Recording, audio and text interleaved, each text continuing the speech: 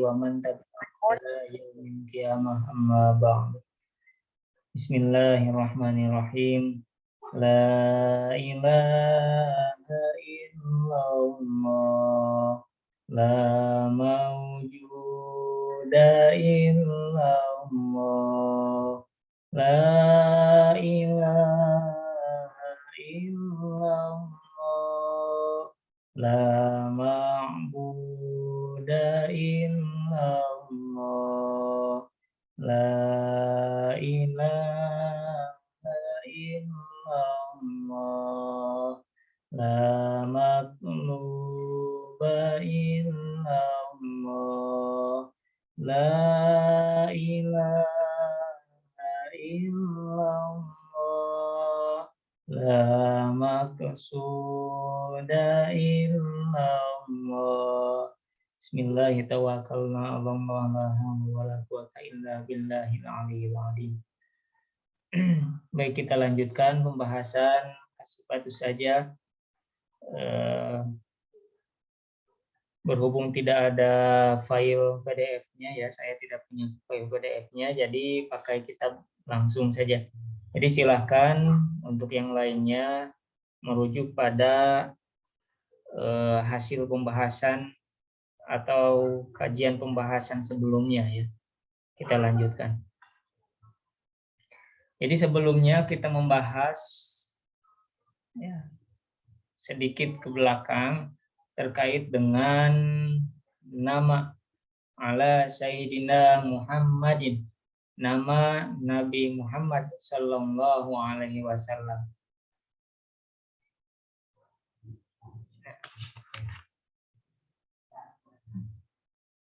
Wassallallahu wasallama ala Sayyidina Muhammadin khatamin nabiyyin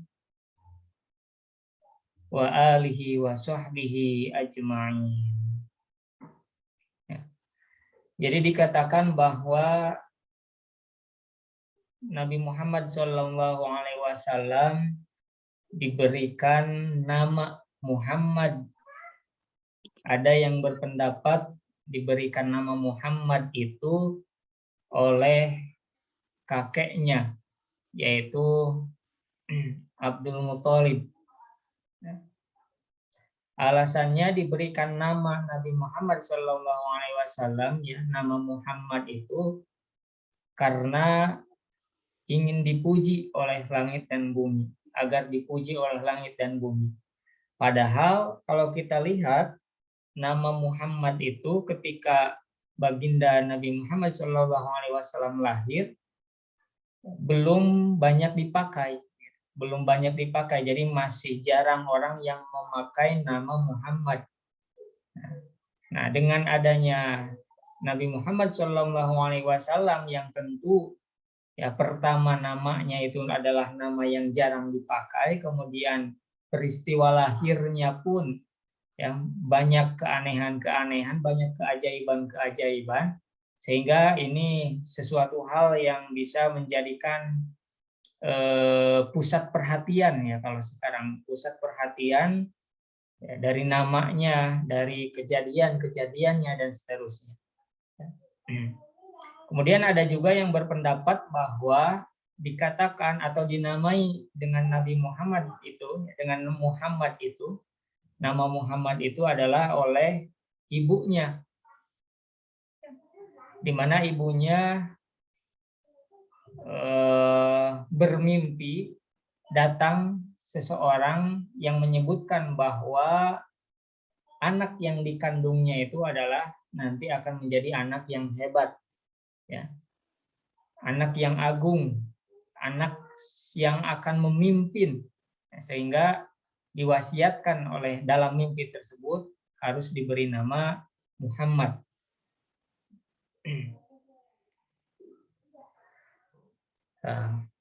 Man shalla alayya fi kitabin lam tazal al malaikatu tusalli alaihi ma dama ismi fi dalikal kitab. Nah, kita lanjut ya pembahasannya. Di dalam keterangan ini barang siapa yang bersolawat ala fi kitabi, di dalam kitabnya ya ditulis solawat kemudian dibaca juga apa yang ditulisnya itu, lam tazal al malaikatu tusolli alaihi madama ismi fi dalikal kitab. Artinya malaikat akan senantiasa bersolawat untuknya ya, sampai nama itu hilang gitu. Jadi selama masih ada nama itu, maka malaikat akan senantiasa bersolawat. Qala Abdul Mu'ti Similawi fi makna hadal hadis, di dalam makna sebuah hadis, aiman kataba sholata wa sholla au qara'a, ya, apabila ada orang yang menulis dalam sebuah kitab, dalam sebuah risalah, dalam sebuah buku atau sebuah catatan, sholata menulis sholawat, ya, wasolla dan melafadzkannya, au qara'a atau membaca qara'a sholata atau membacakan sholawat yang ditulisnya itu,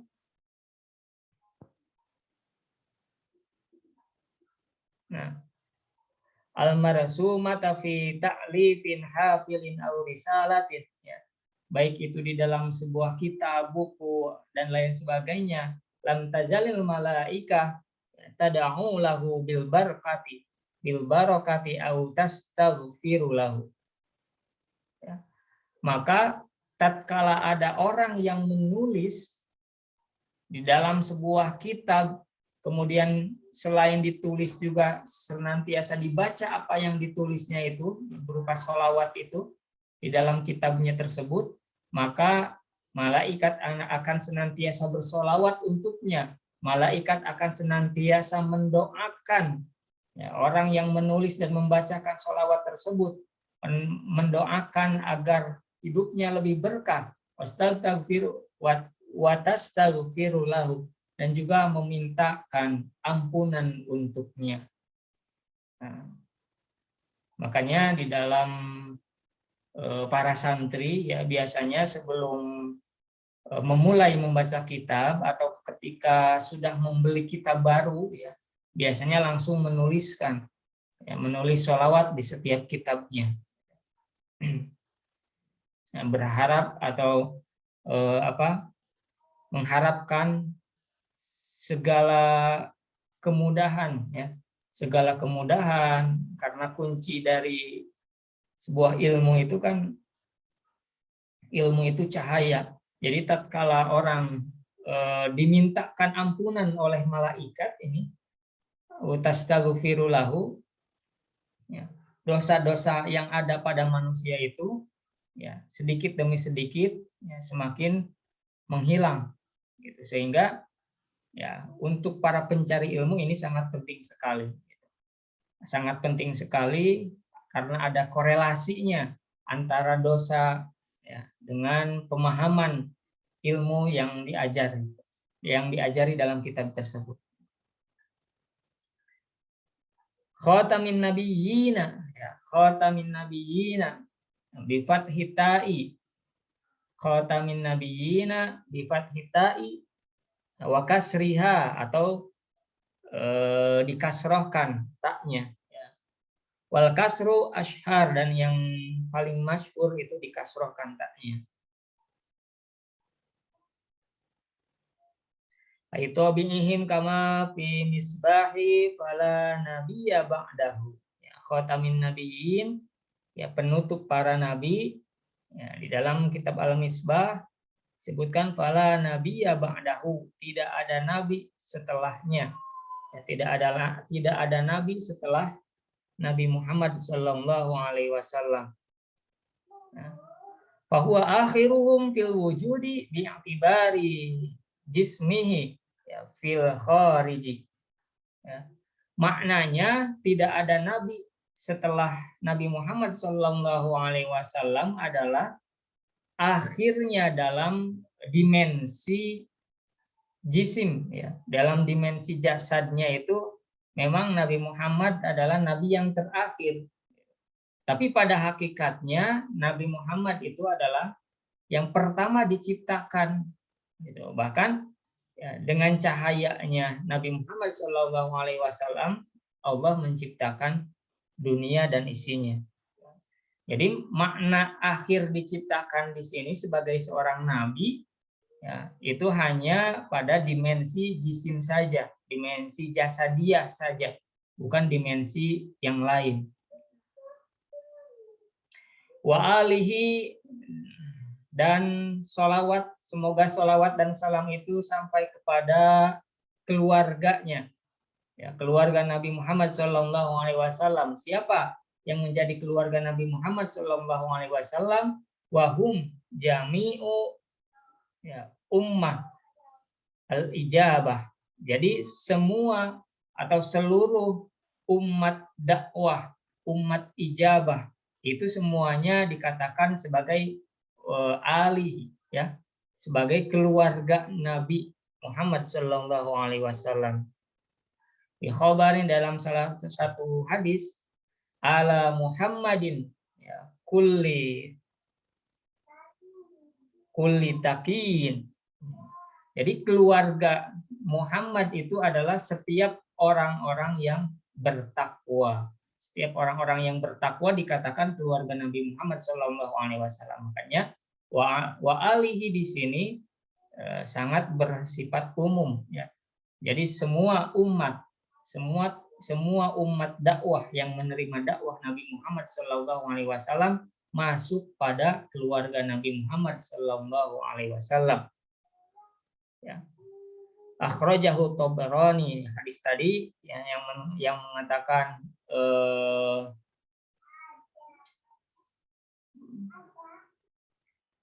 alu Muhammadin kulli taqiin, ya, setiap keluarga Nabi Muhammad itu adalah setiap orang yang takwa, yaitu diriwayatkan oleh Tabarani.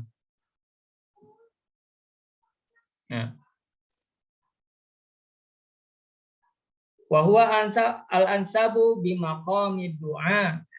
Pembagian tadi itu ketika dilihat definisi keluarga dari bimaqamid du'a, ya, dari makomnya doa. Sebentar.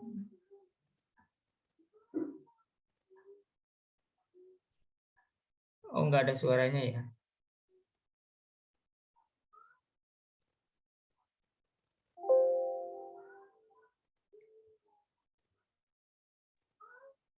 Sekarang ada jelas suaranya, mohon maaf.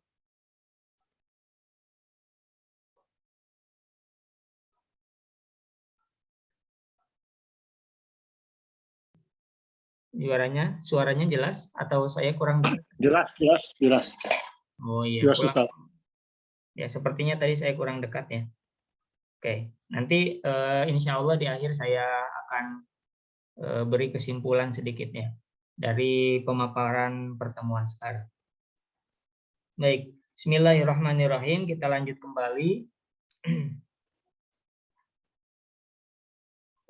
Mana tadi sampai...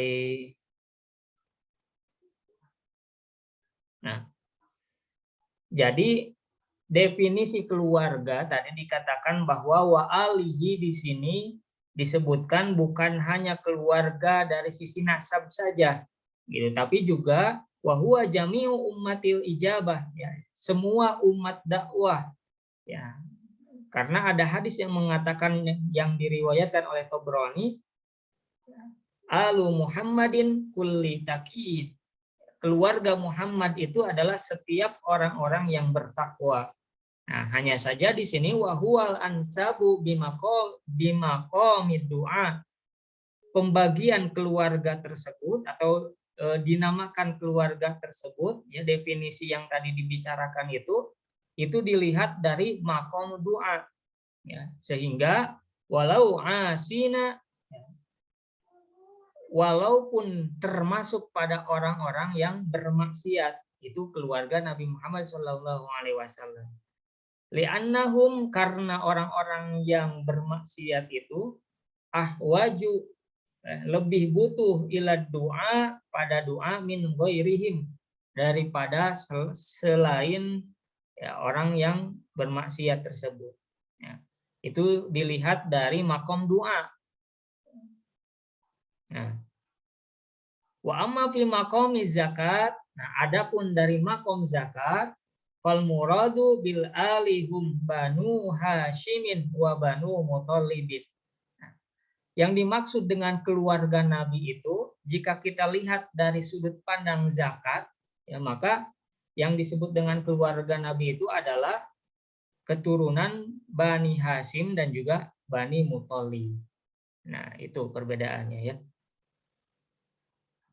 Nah, tanbih aslu ali ahlu kulibatul ha'u. Nah, ini asal dari ali ya. Ali keluarga. Asal dari keluarga itu ahlu. Ya, awalnya ahlu. Hurufnya, asal hurufnya. Nah, hal ini insya Allah ya kita juga ada pembahasan yang intensif ya, terkait dengan sorok, pembahasan sorok, bagaimana cara i'lal dan sebagainya. Nah, jadi ali itu asalnya ahlu, kulibat ha, ya, kulibatu ha'u, maka diganti haknya itu hamzatan dengan hamzah. Ya, tawasulan liqolibiha, ya, agar memudahkan menggantinya itu alifan dengan alif.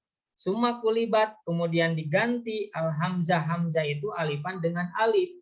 Ya, jadi jadi ali. Ya. Li sukuniha, alasannya kenapa? Karena sukunnya ya, wan fitahi. Ya. Kemudian fathah maqoblah huruf sebelumnya. Gitu. Jadi diganti dengan alif. Karena sukun haknya itu ya, atau ya, setelah diganti hamzahnya itu, kemudian karena hamzah sukun sebelumnya maqoblah itu huruf fathah, maka diganti dengan alif jadi ali ya. Ada madhab Sibawai, itu menurut madhab Sibawai, ada berbeda pendapat. Waqala Kisai asluhu awwalu ya, sedangkan menurut Kisah asalnya itu adalah awwalu. Ada wawunya ala wazni jamalin, ikut pada wazan jamalin. Jadi kalau di dalam sorok itu nanti ada ikut suatu huruf ini ikut pada wazan apa gitu. Maksud ikut di sana adalah perubahan-perubahannya itu sebagaimana wazan yang diikutinya gitu. Itu secara singkatnya. Tuharrokat al wawu, karena wawunya itu berharokat ya. Wan fataha maqoblaha, dan fathah huruf sebelumnya kulibat alifan, maka diganti wawunya itu dengan alif. Jadi hasilnya sama tapi prosesnya berbeda ya, sehingga ulama sorok di sini berbeda pendapat. Kalau tadi asalnya ahlu, kalau yang menurut Imam Sibawai ya. Kalau yang menurut Imam Kisai itu asalnya itu awwalu, ya, awwalu. Ya.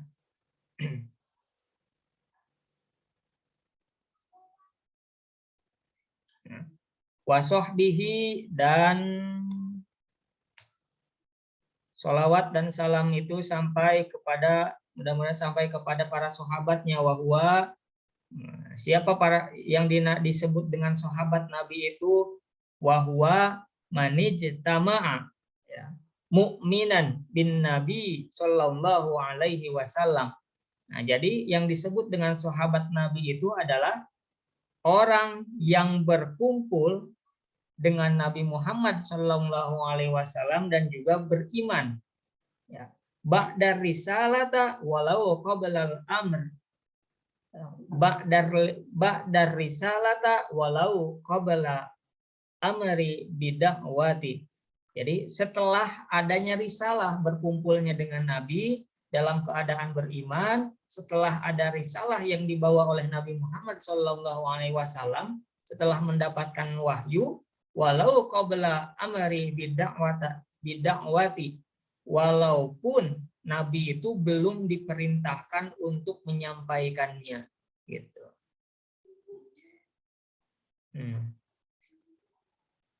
Jadi kriteria sahabat Nabi itu, jadi ketika seseorang yang memang sudah berkumpul, sudah pernah berkumpul dengan Nabi, dan dalam mengimani apa yang dibawa oleh Nabi, walaupun ketika itu Nabi belum diperintahkan untuk berdakwah atau menyampaikan. Ya, kita tahu bahwa tahapan-tahapan dakwah itu kan tidak langsung dakwah kepada halayak umum, tapi ada dakwah sirriyah, ya, dakwah sembunyi-sembunyi, ya, kemudian ada perintah dari Allah Subhanahu wa taala agar menyampaikan dakwah secara langsung. Nah, fi halin hiyatihi ijtima'an muta'arafan, ya. Dalam sebuah kumpul-kumpulnya itu dalam sebuah kumpulan yang saling memahami, ya, saling mengetahui, bi ayyakuna fil ardi, ya, dalam sebuah tempat, sebuah wilayah, walau fi dulmatin, ya, walaupun bertemu dengan nabinya itu pada tempat yang gelap, jadi nabinya tidak terlihat, ya, tapi tapi seseorang tersebut sudah pernah berkumpul dengan Nabi Muhammad SAW, walaupun tempatnya gelap, ya, itu dikatakan sahabat. Aukana a'ma, atau orang yang berkumpul itu buta, ya. Kalau tadi gelapnya berarti karena keadaan lingkungan, umpamanya di malam hari, ada jadwal bertemu dengan nabinya itu di malam hari, gelap, tidak bisa melihat nabi yang mana, ya, hanya bisa mendengar suaranya, ataupun ada bisa berkumpul dengan nabi tapi a'ma, buta, gitu, tidak bisa melihat sama sekali, ya. Wa illam yash'ur bihi, ya, dan juga walaupun tidak sadar pernah berkumpul dengan nabi, beriman pada apa yang dibawa oleh nabi, ya, tapi ketika berkumpul itu tidak sadar bahwa seseorang itu sedang berkumpul atau sedang bersama Nabi Muhammad SAW, maka itu juga dikatakan sebagai sahabat, ya. Aukana ghairu mumayyiz, ya. Atau pada buktinya itu, ya, orang yang berkumpul itu juga belum sampai pada mumayyiz, ya, jadi sama, itu juga dikatakan sebagai sahabat. Au maro ahaduhuma, ya, atau hanya lewat saja, gitu, tidak ikut berkumpul tapi lewat saja, baik Nabi melewatinya atau dirinya melewati Nabi Muhammad SAW, ya, pernah bertemu, maka itu juga disebut dengan sahabat. Alal akhiri walau naiman, ya, walaupun sedang tidur, boro-boro tadi tidak tahunya itu karena tidur, ya, yang tadi karena gelap pun atau karena buta pun itu masih disebut dengan sahabat kita ketika pernah bertemu dengan Nabi atau pernah Nabi lewat, ya, dekat dirinya. Aulam yajatami bihi, ya. Lakin ro'an Nabi aurahun Nabi Sallallahu Alaihi Wasallam walau ma'a dalam masafati walau sa'atan, ya, walaupun tidak bertemu dengan Nabi, ya, tetapi pernah melihat Nabi atau Nabi pernah melihatnya, ya, hanya melihat ini, ya, tidak bertemu. Kalau bertemu kan semua anggota badannya dekat dengan Nabi. Ini melihat, ya, kalau melihat pandangan dengan pandangan, ya, makanya di sini disebutkan walaupun jaraknya itu jauh, gitu, jauh, walau sa'atan wahidatan, walaupun juga sebentar, pernah melihat Nabi walaupun dari jarak yang jauh dan juga hanya sebentar. Ya, jika ia dikatakan beriman, ya, jika ia beriman kepada apa yang dibawa oleh Nabi Muhammad SAW, maka ia juga disebut dengan sahabat. Nah, bikhilafi tabi'i, berbeda dengan tabi'in, ya, ma sahabi fala tasbutu tabi'iyah illa bituril ijtima'i ma'hu urfan. Ya. Jadi kalau misalkan tabi'in itu disebut tabi'in itu berbeda dengan sahabat. Kalau tabi'in itu harus bertemu dengan sahabat, ya. Bertemunya itu dalam waktu yang cukup panjang, ijtima. Ya, artinya ada apa namanya? Ada interaksi juga gitu, ada interaksi juga bertemu. Ya, jadi tidak hanya bertemu, kalau tadi kan hanya melihat saja. Seseorang yang melihat Nabi, seseorang yang sudah beriman dari apa yang telah dibawa Nabi Muhammad SAW, kemudian melihat Nabi dari kejauhan dan juga sedikit hanya sebentar gitu, maka itu dikatakan sahabat. Nah, berbeda dengan tabi'in. Kalau tabi'in itu harus ada waktu yang lama menurut urf, ya, menurut adat gitu, bagaimana waktu yang lama itu. Nah, wala yakfi mujarradu liqa'i bi khilafi liqa'i sahabi ma'an nabi li'anna, alasannya perbedaannya itu kalau tadi sahabat itu ya dikatakan sahabat itu bisa sebentar ketemu sama nabinya atau berkumpul sama nabinya atau melihatnya, ya. Kalau misalkan untuk tabiin ini tidak, ya, harus ada lama. Alasannya li'annal ijtima'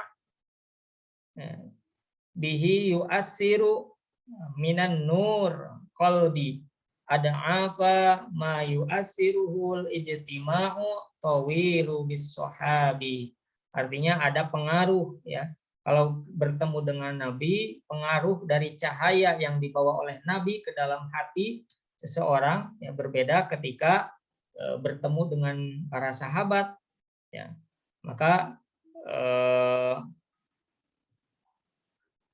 berbeda ada apa mayu asiru, ya, jadi ada perbedaan pengaruhnya gitu, ya, sehingga tidak dicukupkan bertemu hanya sebentar kemudian dikatakan tabiin. Kalau tabiin itu harus lama bertemu dengan sahabatnya. Oke, wallahu a'lam. Kita review sebentar ya dari atas. Kita tadi membahas terkait dengan sholawat. Sholawat yang ditulis di dalam sebuah kitab atau sebuah buku, di mana ketika seseorang menuliskan sholawat dalam sebuah bukunya, buku barunya atau kitab barunya, ya, kemudian ia senantiasa membacanya juga, baik itu hanya menuliskan saja atau juga membacanya, maka malaikat akan kembali bersolawat untuknya. Malaikat akan memintakan doa untuknya agar terus diberkahkan, ya, dan juga malaikat akan meminta ampunan untuknya bagi orang yang memang menuliskan sholawat dan juga membacanya dari apa yang ditulis di dalam kitabnya. Gitu. Makanya biasanya ketika kitab yang baru ini biasa suka ditulis sholawat, ya, kalau di pesantren dulu. Khotamin nabiyyin, ya, khota baik itu dibaca ta atau ti, ya, bisa keduanya. Khotamin nabiyyin, ya, yang menjadi penutup para nabi, maknanya tadi bukan hanya penutup bukan dalam arti terakhir, ya, terakhir di sini maknanya hanya jasadnya saja gitu menjadi penutupnya itu, ya, sementara untuk penciptaannya itu, ya, nabi ini adalah yang pertama gitu. Jadi disebut khotamin nabiyyin ini adalah risalah yang diberikan kepada Nabi Muhammad SAW, artinya tidak ada lagi nabi setelah Nabi Muhammad SAW, itu maknanya. Nah, Kemudian disebut sebagai keluarga Nabi Muhammad SAW adalah jami'u ummatil ijabah, semua umat ijabah, semua umat dakwah yang menerima dakwah Nabi Muhammad SAW disebut sebagai keluarga Nabi Muhammad SAW. Ya, nah, hal ini ditinjau dari bimakomi doa, dari makomnya doa. Ya, karena orang yang bermaksiat pun itu dikatakan sebagai keluarga Nabi Muhammad SAW karena ia lebih butuh doa, ya lebih butuh doa. Sebaliknya kalau kita lihat dari sisi dimensi zakat, ya maka dikatakan bahwa keluarga Nabi Muhammad SAW itu adalah Bani Hasyim dan juga Bani Muthalib. Nah, kemudian terakhir ya, disebut sebagai sahabat Nabi Muhammad SAW barang siapa seseorang yang beriman yang pernah berkumpul ya setelah Nabi Muhammad menerima risalah walaupun belum ada perintah dakwah secara terang-terangan ya, berkumpul dalam suatu perkumpulan yang saling kenal mengenal. Walaupun perkumpulannya itu dalam keadaan gelap, walaupun yang berkumpulnya itu buta, ya, walaupun yang berkumpulnya itu tidak sadar sedang berkumpul dengan Nabi Muhammad SAW, ya, walaupun yang berkumpulnya itu walaupun tidak hanya tidak berkumpul tapi hanya lewat saja, lewat kepada Nabi Muhammad SAW atau sebaliknya, ya, walaupun yang sedang berkumpul itu tidur, ya, walaupun yang berkumpul itu walaupun tidak berkumpul tapi hanya melihat Nabi Muhammad SAW dari kejauhan dan juga dalam waktu yang singkat, atau sebaliknya Nabi Muhammad melihatnya dari jarak yang jauh dalam waktu yang singkat, maka itu disebut dengan sahabat, gitu. Berbeda dengan tabi'in. Kalau tabi'in itu tidak bisa dalam waktu yang singkat, tapi harus ada pertemuan yang panjang ya menurut adat kebiasaan. Wallahu a'lam. Saya cukupkan sekian 2042. Mudah-mudahan apa yang disampaikan bisa bermanfaat ya untuk dalam menjalankan ibadah kita sehari-hari. Amin ya Allah ya rabbal alamin. Baik, sebelum saya tutup, barangkali ada yang mau ditanyakan yang kurang jelas dalam pembahasan tadi, mangga.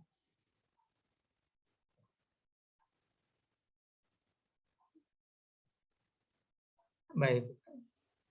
Atau cukup ya? Baik, terima kasih. Saya cukupkan. Insya Allah nanti ya karena Ustadz Dani sedang dalam keadaan tidak sehat, ya, mudah-mudahan minggu depan bisa kembali bisa membersamai kita ya dalam murojaah. Kita kasih patuh saja ini, amin ya Allah ya rabbal alamin. Akhirul kalam, subhanakallahumma wa bihamdika asyhadu an la ilaha illa anta astaghfiruka wa atubu ilaik. Assalamualaikum warahmatullahi wabarakatuh. Waalaikumsalam warahmatullahi wabarakatuh. Waalaikumsalam warahmatullahi wabarakatuh.